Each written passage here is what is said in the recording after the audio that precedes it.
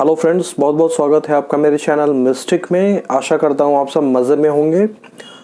दोस्तों, अग्नि या जिसे हम इंग्लिश में फायर बोलते हैं वो क्या है और इसका रेलेवेंस क्या है, ये बताने की कोई ख़ास ज़रूरत नहीं है। अगर अग्नि ना हो, अगर फायर ना हो तो हम अपने खाना को भी पका के नहीं खा पाएंगे। बहुत सारे यूज़फुल टास्क जो हैं बिल्कुल ही बंद हो जाएंगे। और ऐसा कहना अतिशयोक्ति ना होगी कि हमारा जो जीवन है बिल्कुल अवरुद्ध हो जाएगा, जीवन की गाड़ी बिल्कुल रुक जाएगी।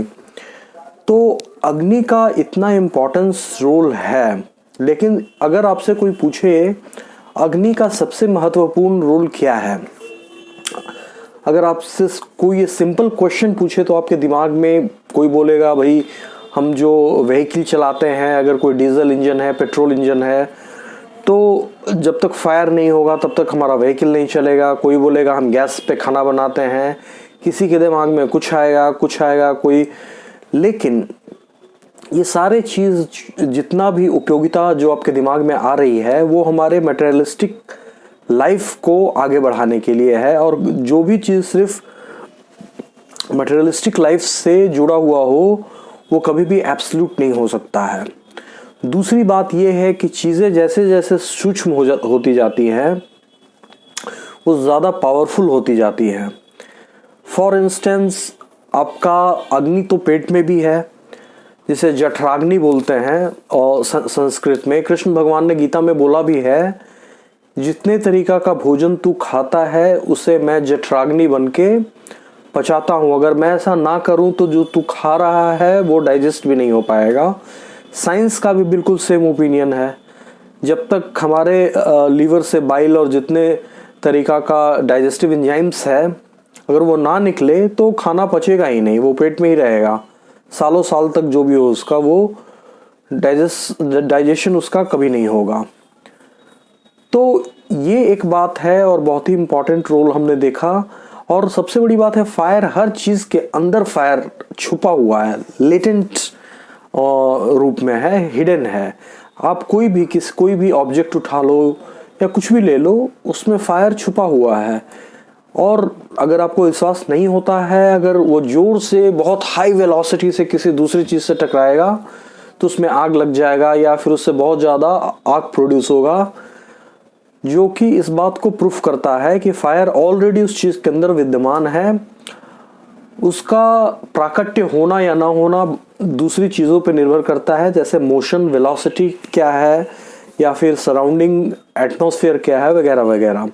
तो ज़्यादा कॉम्प्लेक्स चीज़ों में मैं आपको नहीं ले जाऊंगा, मैं सिर्फ ये बता रहा हूँ फायर सूक्ष्म रूप से हर जगह मौजूद है और हमारे पेट के अंदर भी है। हमारे शरीर के एक एक टिश्यू, एक एक सेल के अंदर फायर मौजूद है। तो हमारे एग्जिस्टेंस के लिए अगर फायर ये जो तत्व है भगवान ने बनाया है, अगर फायर को हटा दिया जाए तो कोई चीज़ एग्जिस्ट ही नहीं करेगा। The very existence of us will disappear. तो ये महत्व है, ये जो महत्ता है ये फायर की है। लेकिन हम मनुष्य हैं और मनुष्य होने के नाते हमें ये जानने का अधिकार है कि फायर अपने सबसे ज़्यादा पावरफुल स्टेट में कहाँ पे होता है और उस स्टेट में वो क्या करता है, ये जानना हमारा हक है। जो भी मटेरियलिस्टिक चीज़ें हैं वहाँ पे भी फायर इन्वॉल्व है। जैसे आपने बस, ट्रक, जो भी व्हीकल का एग्जांपल दिया, खाना पकाने का ले लिया, हमारे अगल बगल के जो भी वस्तुएं हैं उनमें भी लेटेंट रूप से फायर है, सब जगह है। लेकिन इसका उत्तर हमें मिलता है कठोपनिषद में। कठोपनिषद जो है वो वेदों का भाग है मित्र। देखिए, हमारे सारे भी जो भी हमारे दिमाग में प्रश्न है उसका सटीक उत्तर जो है वो वेदों में मौजूद है। मैं सरमाइजेस की बात नहीं कर रहा हूँ कि आप क्या सोचते हैं ऐसा हो सकता है, नो नो नो नो, वो नहीं, बिल्कुल ऐसा ही है। तो कठोपनिषद में बार बार क्वेश्चन करने पे नचिकेता के यम से, मृत्यु से, गॉड ऑफ डेथ, उनसे बार बार क्वेश्चन करने पे उन्होंने बोला, इस दौरान बातचीत के दौरान एक और बात आई थी कि स्वर्ग में जो चला जाता है वो अमर हो जाता है, वहाँ के लोगों को बुढ़ापा, जवानी इत्यादि चीज़ों का सामना नहीं करना पड़ता है, उनके पास कोई रोग नहीं आता है, वो कभी भी जीर्ण अवस्था में नहीं आते हैं। यही कारण है कि यम का रौब वहाँ पे नहीं चलता है। अब सवाल आता है कि इतना जब ज़्यादा वहाँ के लोग उन्नत अवस्था में हैं तो एक मनुष्य कैसे वहाँ जा सकता है, और जो मनुष्य जाते हैं वो एक्चुअली क्या करते हैं, उनमें कौन सा ऐसा विशेष गुण होता है जिस कारण वो उनके द्वारा होते हुए अच्छे कर्म हम सभी जानते हैं। वो यज्ञ करते हैं, हवन करते हैं, फिर दानी होते हैं, बहुत सारा एन नंबर ऑफ उनमें वर्चूज होता है। लेकिन वो उनको ऐसा करना सही है, वो डिटर्मिनेंट फैक्टर वो डिटर्मिन कैसे करते हैं, क्या करना है क्या नहीं करना है। हम डेली के छोटे छोटे कामों में कंफ्यूज हो जाते हैं, कौन सा काम सही है कौन सा गलत है, और ये कंफ्यूजन ही जो है हमें पृथ्वी पे या इससे भी नीचे के लोकों में ले जाता है। अगर हमारे बुद्धि में कोई ऐसा तत्व आ जाए जो हमें बता दे कि यही सही है और क्या क्या हमारे करने योग्य काम है जो हम करने में भी पीछे हो गए हैं, हमें उसको स्पीड अप करना चाहिए वगैरह वगैरह, तो फिर हम आसानी से स्वर्ग के हकदार हो सकते हैं। तो नचिकेता के प्रश्न के उत्तर में यमराज ने बोला कि मनुष्य के बुद्धि में भी एक अग्नि होती है, और वो अग्नि जिसमें प्रज्वलित हो जाती है वो मनुष्य जो है स्वर्ग का अधिकारी बन जाता है। फिर वो बिल्कुल ही वही काम करता है जो काम करना चाहिए, क्योंकि गीता में कृष्ण भगवान ने लिखा है कोई भी मनुष्य किसी भी समय बिना कर्म किए नहीं रह सकता है। प्रकृति के तीनों गुण सत रज और तम, इन तीनों से प्रेरित होके पूरे ब्रह्मांड का हर जीव और जंतु जो है प्रकृति जनित कर्म करने को बाध्य किया जाता है। तो कर्मों से कोई छुटकारा नहीं है। लेकिन जिसके बुद्धि में ये अग्नि तत्व जो है वो प्रज्वलित हो जाती है, उससे कर्मों का रहस्य समझ में आ जाता है। इस पृथ्वी पे रह के करने लायक क्या काम है वो इस बात को समझ जाता है। कॉन्सिक्वेंटली वो यहाँ भी सुख से रहता है और यहाँ इस शरीर को छोड़ने के बाद अमृत को प्राप्त करता है।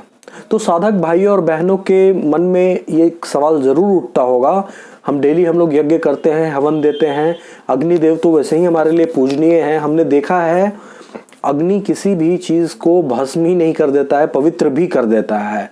ये जो पारसी लोग हैं वो तो सिर्फ अग्नि की ही पूजा करते हैं। तो इतना वाइटल जो चीज है उसके बारे में जानने की इच्छा सभी को होगी कि इसका उत्पत्ति का क्या स्थान है, कैसे अग्नि एग्जिस्टेंस में आया, और इनकी पूजा कर करके आदमी क्या क्या पा सकता है।